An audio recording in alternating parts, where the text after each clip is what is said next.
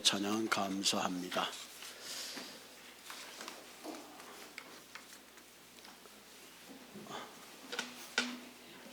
그렇게 하고 남자분들 이쪽으로 이렇게 좀 앞으로 앉으시지 뭐. 이쪽으로. 예. 거기가 명당입니다. 예. 예. 앞으로 이렇게 앉으면 밸런스가 맞는 것 같아요.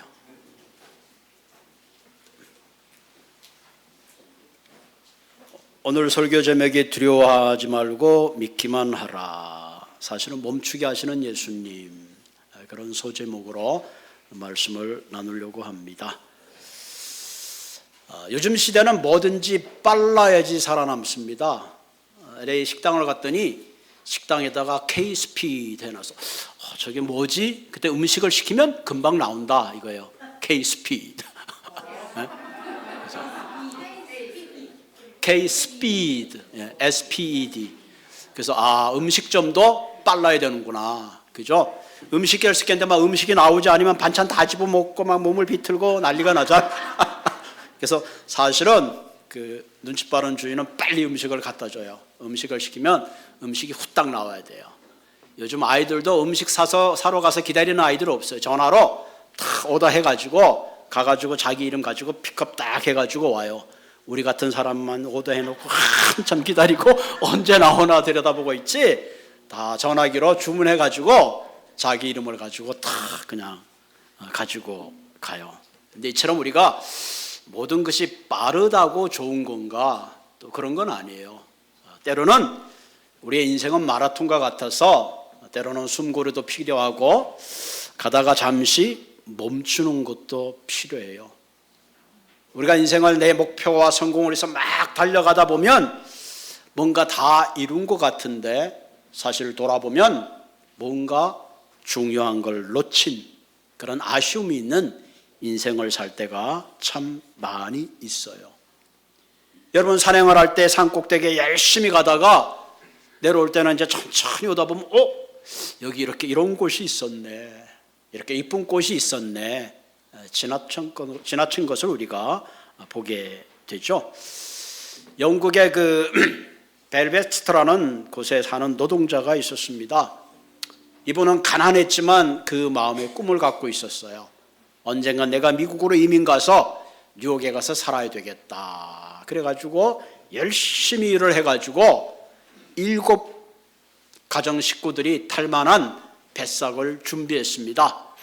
드디어 기다리던 꿈이 이루어지는 날, 막 배를 타려고 하는 전날에 그만 막내 아들이 심한 열병이 났어요.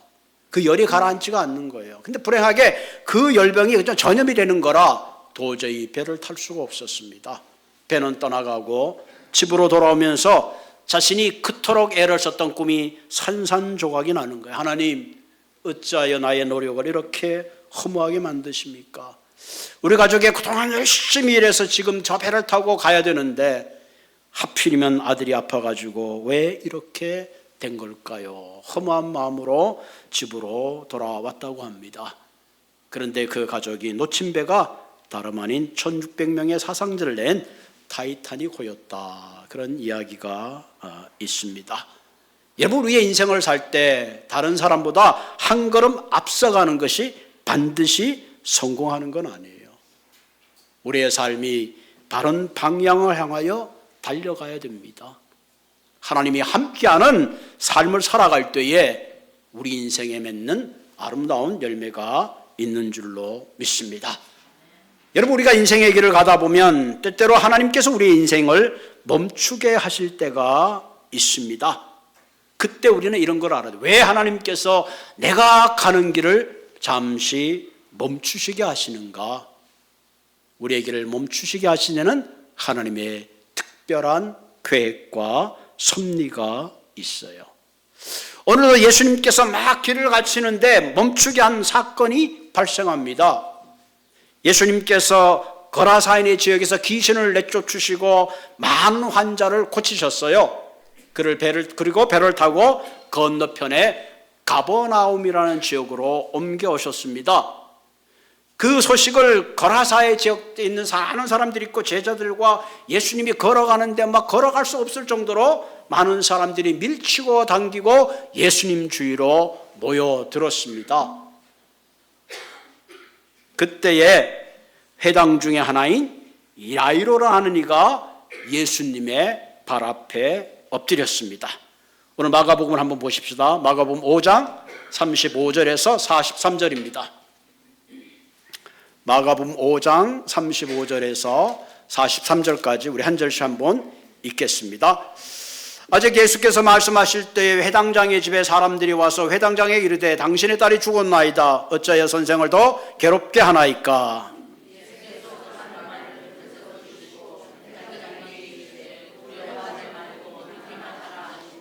베드로와 야고보와 야고보의 형제 요한 외에 아무도 따라옴을 허락지 아니하시고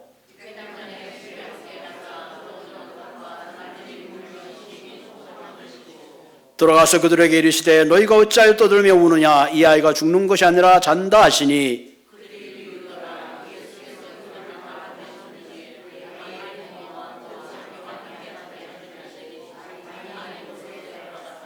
그 아이의 손을 잡아 일으키시되 달리다고 마시니 번역하니 곧 내가 말하노니 소녀야 일어나라 하심이라.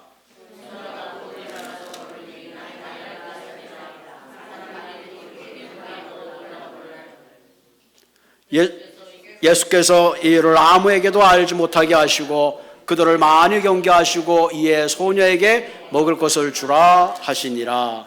사실 오늘 내용이 마가복음 5장 전체 내용입니다.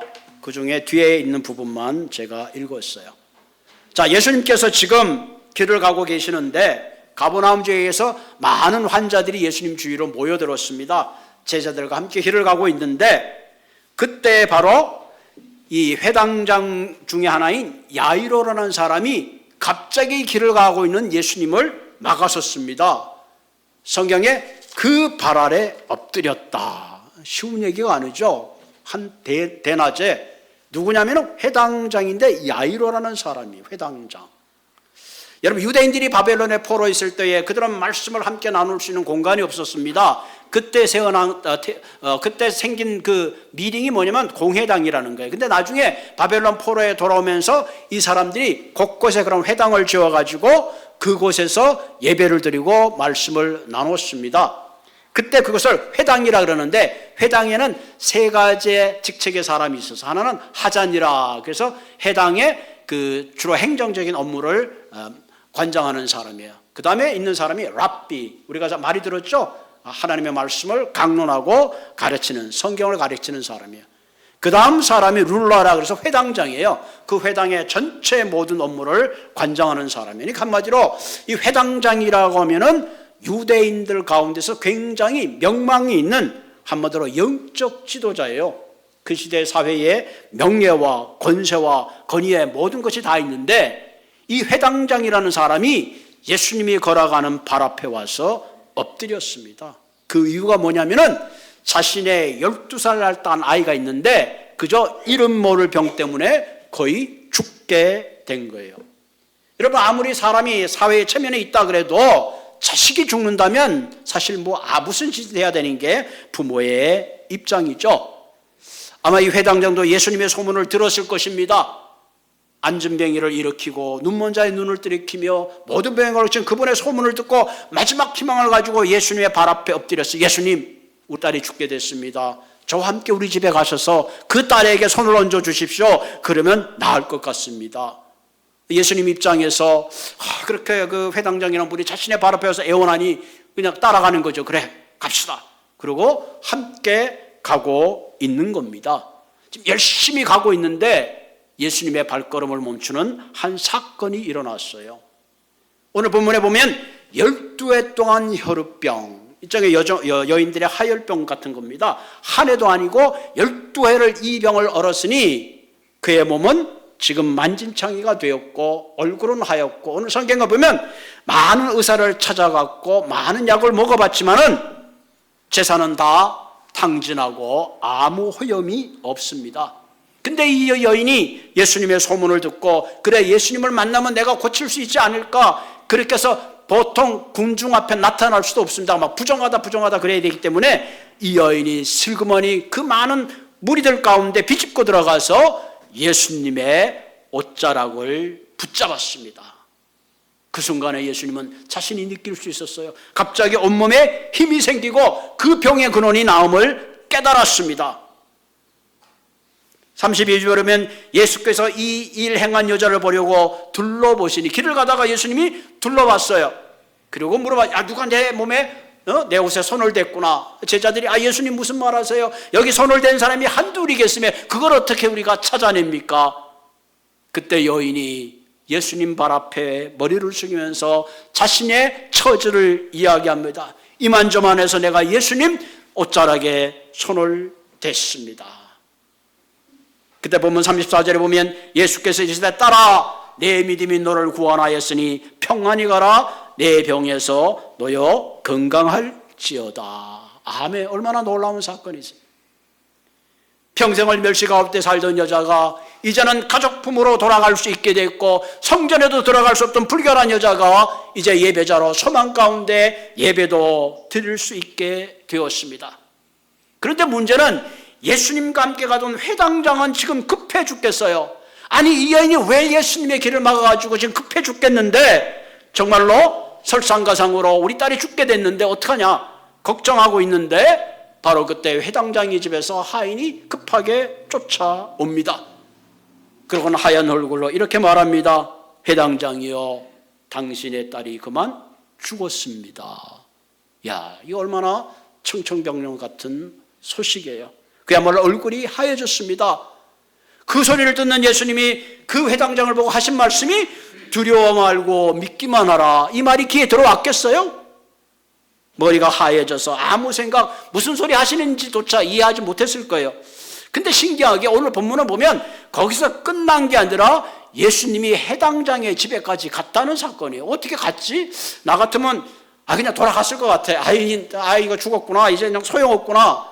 근데 이 회당장은 예수님과 함께 그 집에까지 가게 되죠.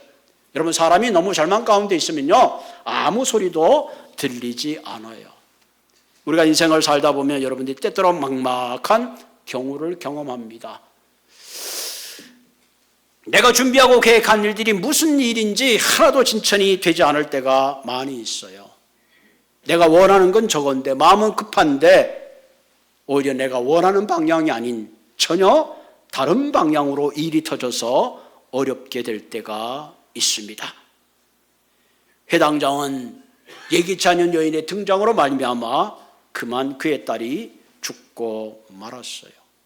예수님이 그 여인을 지나쳐서 바로 지금이라도 그때 빨리 뛰어가셨더라면 얼마나 좋았을까 하는 그 마음에 그런 생각이 있었겠죠. 여러분, 우리는 이 이야기 대목에서 왜 예수님께서 가던 길을 멈추신 가운데 그 여인을 주목하신 걸까? 거기엔 반드시 이유가 있는 겁니다. 그러면서 우리가 인생길을 가면서 때로는 하나님께서 우리의 인생길 가운데 내 길을 멈추시게 하실 때는 분명히 하나님께서 내게 특별히 말씀하고자 하는 사인이 있다는 사실입니다. 첫째는 우리의 길을 가다가 멈추게 할 때는 하나님께서 우리에게 더 소중한 것이 무엇인가를 우리의 인생에 깨닫게 하시기 위한 겁니다. 여러분, 우리 모두는 내가 계획하고 내가 목표한 것을 향하여 달려가서 빨리 그것을 이루게 하려고 합니다. 그러나 하나님은 그것보다 더 중요한 것이 무엇인가 하는 것을 우리의 인생 가운데 살펴보게 하시는 겁니다. 자, 오늘 본문에 보면 12년 동안 혈우병을 앓던 여자가 지금 예수님의 길을 멈추게 하신 겁니다. 여러분, 지금은 여자분들이 굉장하지만 예수님 시대는요, 숫자를 세지도 않았어요. 더구나 이 12해 동안 혈우병을 앓는 여인은요, 공동체에서 그야말로 익스클루드 된, 그야말로 잊혀진 여인. 성전에도 들어가지 못하고 그 여인이 나타나면 부정하다 주위의 모든 사람들을 물러가게 해야 되는 그런 여인입니다. 그런 여인을 향하여 예수님은 지금 가던 길을 멈추시고 그 여인을 주목하신 겁니다. 여기서 우리는 예수님이 무엇이 중요한가 하는 것을 우리에게 가르쳐 주고 있어요. 예수님이 지금 급하게 야유의 딸을 향하여 가는 것도 중요하지만 인생의 한 희망을 가지고 예수님의 옷자락만 만져도 자신의 병이 나을 것을 믿고 그 간절한 마음으로 예수님의 옷자락을 터치하는 그 여인에게 차마 외면할 수 없는, 그 여인을 그대로 두고 볼 수 없는 아마 그런 절대의 관심을 가질 수밖에 아마 없었을 겁니다. 그 여인이 예수의 옷에 몸을 대는 순간에 예수님이 한마디 하시죠. 내게서 능력이 나갔다. 내게서 능력이 나갔다. 많은 사람이 예수님의 옷자락을 붙잡고 손을 붙잡았지만 예수에게서 능력이 나가지 않았지만 이 여인의 간절한 믿음으로 내가 예수의 옷자락만 터치해도 나올 것이라는 그런 믿음 가운데 예수님의 능력이 그 여인을 통해서 놀라운 기적이 일어났음을 보게 됩니다. 주님은 그분의 가시는 길에 가장 중요한 것 중에 하나가 한 영혼의 가치를 살려내는 겁니다. 여러분, 사마리아인의 비유에서 보면 많은 사람들이 자기의 일거리 때문에 예배당을 향하여 가던 제사장은 강도 만난 이웃을 그냥 지나치고 맙니다. 사업이 바빠서 이런저런 이유로 지나가고 맙니다. 때때로 우리의 인생을 살아가면서 누군가 나의 도움이 필요한 한 영혼의 외침을 우리는 외면할 때가 참 많이 있어요. 그러나 하나님은 길을 멈추어서서 그 여인을 주목하시고 그 여인의 영혼을 살리시는 그런 모습을 우리에게 보여주고 있습니다. 오늘 이 시대에 살아가는 우리 모두는 성공지향주의요 물량적인 것에 이미 노출되어 있습니다. 모든 것을 결과를 가지고 따질 자가 참 많이 있습니다. 성경에다 가면 예수님의 제자들이 예수님 내가 당신 이름으로 귀신을 쫓아내고 어쩌고 저쩌고 막 얘기할 때에 예수님이 제자들에게 따끔한 한마디를 하시죠. 내가 너희들이 누구인지 모른다 그랬습니다. 무엇입니까? 주님은 우리가 어떤 결과 위주의 삶을 사는 것이 아니라 진정한 의미에서 한 영혼을 향하는 참된 가치가 무엇인가를 보고 살아가시기를 원하십니다. 마이클 토마스라는 사람이 사업상 아주 바쁘게 차를 몰고 갔습니다. 바빠 죽겠는데 바쁠 때마다 오히려 빨간불에 잘 걸리잖아요. 빨간불에 걸렸어요. 빨간 신호등에 걸려서 다음에 그린라이트 내면 내가 다른 차보다 빨리 가야지 하고 막 기다리고 있는데 마치 파란불이 되기도 전에 한 흑인이 어린아이를 모으고 보니까 지팡이를 쥐고 눈이 안 보이는 거야. 그 중앙을 통과하고 있는데 야, 이거 빨리 언제 지나갈지 한 발, 두 발, 파란불인데 이분은 생각하기 저거 이제 큰일 났구나. 사람들이 그냥 빵빵거리고 난리가 나겠네. 기대를 하고 있었어요. 기대를 하고 있었는데 그 양반이 중간쯤 오는데 이미 불은 파란불이 됐어요. 그런데 차들은 움직이지 않고 다 조용히 있습니다. 그리고 그 양반이 다 그 횡단도로를 지나서 인도에 다다를 것이 어떤 차도 움직이지도 않고 기적 소리도 내지 않았다고 합니다. 이분은 나중에 해고하기를 자신이 인생에서 본 장면 중에 가장 아름다운 장면이었다. 그렇게 해고를 했습니다. 사랑하는 성도 여러분, 우리가 인생을 살아가면서 무엇이 정말 소중할까요? 우리는 누구보다 다른 사람보다 한 발 앞서가서 성공하는 것, 그것이 진정한 성공일까요? 아니면 내 삶이 좀 지체되더라도 메말라가는 한 영혼을 살리는 그 영혼을 위하여 기다려주고 참아주고 위로하는 것이 더 소중한 일일까요?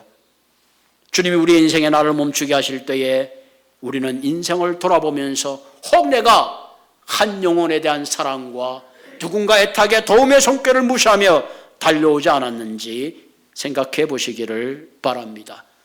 어떨 땐 내가 돌아가는 것 같고 어떨 때가 늦은 것 같지만은 뭔가 우리가 한 영혼에 대한 사랑과 애틋한 마음으로 살아갈 때에 그 영혼이 참 생명을 살리는 귀한 일이 될 때에 우리의 인생은 늦은 것 같지만 가장 행복한 삶을 살게 될 줄로 믿습니다. 중요한 것은 내 성공이 중요한 것이 아니라 한 영혼을 위한 사랑을 베푸는 삶이 소중하다 하는 겁니다.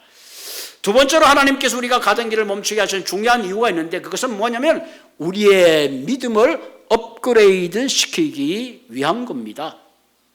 자, 예수님이 그 일이 있은 다음에 해당장하고 지금 그의 집에 갔더니 많은 사람들이 이미 통곡을 하고 있는 거, 한마디로 상황 정리가 끝난 겁니다. 39절 너희가 어찌하여 떠들며 우느냐 아이는 죽은 것이 아니라 잔다 하시니라. 참 기가 막히죠. 그랬더니 그들이 비웃더라. 아니 12살 아이가 죽었으니 동네 사람들하고 많은 사람들이 막 슬퍼 우는데 예수님이 죽은 것이 아니라 잔다 하시니 그들이 비웃더라. 여러분 그들이 비웃더라. 아마 저도 거기 있었으면 다 비웃었을 거예요. 거기 있는 사람들이 죽은 사람하고 잔 사람을 구분 못하겠어요? 근데 예수님이 죽은 아이를 향하여 잔다 하시니 그 많은 사람들이 비웃었더라. 그래서 예수님이 비웃는 사람들을 다 쫓아내시고 그리고 그 방에 들어가셨죠. 사랑하는 제자와 부모를 데리고 들어가서 41절에 보면 아이의 손을 잡아 일으키시되 달리다고 하시니 번역하면 곧 내게 말하노니 소녀야 일어나라 하심이라. 소녀가 곧 일어나서 걸으니 12살쯤 되었더라. 할렐루야. 자, 예수님은 지금 이 대목에서 무엇을 그들에게 가르치고 계시는 걸까요? 회당장의 하인이 회당장에게 와서 당신의 딸이 죽었습니다라고 얘기하는 순간에 예수님이 회당장에 한 말이 있어요. 두려워 말고 믿기만 하라. 무엇이에요? 지금 12살 딸 아이가 죽은 것은 현실이에요. 가장 회당장이 두려워하는 사건이 자기 앞에 놓여 있어요. 그 사건 앞에 어떻게 두려워하지 않을 수 있어요? 믿기만 하라니까 뭘 믿으라는 것? 도대체 뭘 믿으는 걸까? 예수님은 12살 난 아이의 죽음을 보지 말고 나를 보라는 거예요. 죽음의 환경을 보지 말고 삶과 죽음의 주인 되신 예수님을 믿으라는 거죠. 참 어려운 주문입니다. 지금 야이로가 보고 있는 상황은 자신이 전혀 원치 않는 상황입니다. 가장 두려웠던 상황이에요. 어떤 인간이 죽음 앞에서 두려워하지 않을 수가 있겠어요? 죽음 앞에 두려워하지 않을 수 있는 유일한 이유는 바로 주님을 바라보는 길밖에 없습니다. 지금 주님은 이렇게 물어요. 야이로야, 너의 딸은 지금 죽어있다. 그럼에도 불구하고 너는 나를 믿을 수 있느니? 오늘 내 삶의 환경이 전혀 희망이라고 없고 전혀 절망 가운데 있는데 그럼에도 불구하고 너희는 나를 끝까지 믿을 수 있니? 너희들이 계획하고 너희들이 생각하고 너희들이 생각했던 모든 꿈이 산산조각이 나버렸음에도 불구하고 그럼에도 불구하고 너희들은 A를 원하는데 너희들은 B의 방향으로 가고 있는다 할지라도 그럼에도 불구하고 나를 믿을 수 있니? 이런 질문입니다. 여러분 믿음은 바로 환경을 초월하는 거예요. 믿음이라는 것은 상황을 초월해서 주님을 바라보는 것, 우리의 시각을 절망에서 희망으로 돌리는 것이 바로 믿음이라는 것이에요. 여러분 두려워 말고 믿기만 하라 이 두 단어는 같이 갈 수 없어요. 두려움에 잡히면 믿음은 달아나고 버리고 말아요. 믿음을 잃어버리게 되면 두려움이 찾아오는 거예요. 여러분 우리의 삶에는 두 가지 선택을 해야 돼요. 내가 환경을 보고 두려워하고 절망할 것인가 아니면 주님을 바라보고 믿음으로 살 것인가 하는 것을 선택하는 것이 바로 믿음으로 살아가는 삶입니다. 마태복음 14장에 보면 예수님의 제자들이 배를 타고 가는데 큰 풍랑이 일어났어요. 제자들이 밤새도록 배를 저어가는데 새벽에 배가 도대체 막 빠지려고 그러는가. 예수님이 기도하시다가 그 모습을 보고 너무 급한 나머지 바다 위로 걸어서 그들 앞에 나타났어요. 제자들이 깜짝 놀랐어요. 새벽 미명에 사람이 바다 위를 걸어오니 얼마나 놀랐겠어요. 고스트다, 유령이다고 소리칠 때 예수님이 말하는 거예요. 아니다, 내니 두려워하지 말라. 그랬더니 베드로가 겉옷을 벗고 정말 당신이에요. 그리고 배에서 뛰어나서 예수님을 향하여 걸어갑니다. 물 위를 걷던 최초의 사람이 베드로예요. 한참 걸어가다가 정신 차려보니까 자기가 물 위를 걷고 있네. 오마이갓, 내가 미쳤구나 하는 순간에 물 위로 빠져들어가고 말았어요. 그때 예수님이 뭐라 그랬어요? 믿음이 작은 자여 왜 의심하느냐. 이 사건을 봤던 많은 제자들이 예수님이 하나님의 아들이구나 라고 그렇게 고백하게 되죠. 베드로가 예수님을 받더라면 그는 바다를 건너서 예수님에게 갔을 거예요. 그러나 그가 바람이 불고 환경을 보는 순간에 그의 믿음은 산산조각이 났고 결국은 물에 빠지고 말았습니다. 여러분 우리가 인생을 살아가면서 문제없는 인생은 아무도 없어요. 그리고 문제는 내가 생각하지 않는 것으로부터 시작되죠. 우리가 인생의 문제를 다 알면 쉽게 풀어갈 수 있어요. 그런데 그렇지 않아요. 한 인생의 문제를 풀고 나면 또 다른 인생의 문제가 생기는 겁니다. 이럴 때 우리는 이 문제를 어떤 시각으로 바라보는가 하는 것이 대단히 중요해요. 문제를 바라보면 해결이 보이지 않지만 주님을 바라보면 문제를 넘어서게 됩니다. 여러분, 야이로와 가족들은 그들이 가지고 있는 세상적 경험, 이성적 한계로는 죽은 딸 앞에서 희망을 가질 수가 없어요. 우리가 죽음을 서는 유일한 길이 있다면 그것은 바로 예수 그리스도를 바라보는 길밖에 없습니다. 여러분, 우리는 다 죽어요. 한 번 죽는 것은 사람에게 정하신 것이요 그 후에는 심판이 있다는 거예요. 어떻게 우리가 죽음의 생물학적 죽음을 넘어설 수가 있어요? 그 길은 믿음으로만 넘어서는 겁니다. 우리가 세상적 안목으로 성경을 읽으면 다 모순투성이에요. 홍해가 갈라지고 여리고성이 무너지고 동정녀가 탄생하고 어떻게 우리가 이해를 하고 어떻게 설명할 수 있어요? 그러나 믿음 세계에 들어가면 믿음으로 하나님이 세상을 지은 걸 이해가 되고 기적이 상식이 되는 거예요. 눈으로 보이지 않는 것이 믿음의 눈으로 보면 보이는 거예요. 어떻게 그럴 수가 있어요? 아주 쉬워요. 우리는 지금 여기 아무것도 보이지 않아요. 햇빛이 들어오면 많은 먼지들이 보여요. 세균은 우리의 눈으로 보이지 않아요. 여기 현미경으로 보면 세균이 득실득실한 게 보이는 거예요. 바로 믿음이 그겁니다. 그렇지 않은 환경을 따라 사는 것이 아니라 그리스도를 바라보는 믿음을 따라 사는 줄로 믿습니다. 고린도후서 5장 7절에 보면 이는 우리가 믿음으로 행하고 보이는 것으로 행하지 아니함이로다. 우리는 믿음으로 사는 사람들이에요. 내 앞에 어떤 일들이 이해되지 않고 최악의 상황이라 할지라도 믿음의 눈으로 주님을 신뢰할 때 우리는 일어설 수가 있습니다. 내게 주는 환경을 보고 절망하는 것이 아니라 오늘 말씀하신 것처럼 두려워하고 믿기만 하라는 주님만 바라보고 달려가시는 한 분 한 분 되시기를 주님의 이름으로 부탁을 드립니다. 세 번째, 주님께서 우리 길을 멈추게 하시는 것은 기적을 경험하게 하시는 거예요. 우리에게 중요한 걸 깨닫게 하시고 우리의 믿음을 더 업그레이드 시키실 뿐만 아니라 세 번째는 우리에게 기적을 경험하게 하는 거예요. 많은 사람들이 12살 아이가 죽었어요. 여러분, 12살 꽃도 피지 못한 아이가 죽었으면 얼마나 슬프겠어요. 그런데 예수님은 아이가 죽은 것이 아니라 잔다. 그리고 몇몇 제자와 부모님을 데리고 그 아이 집으로 들어갔죠.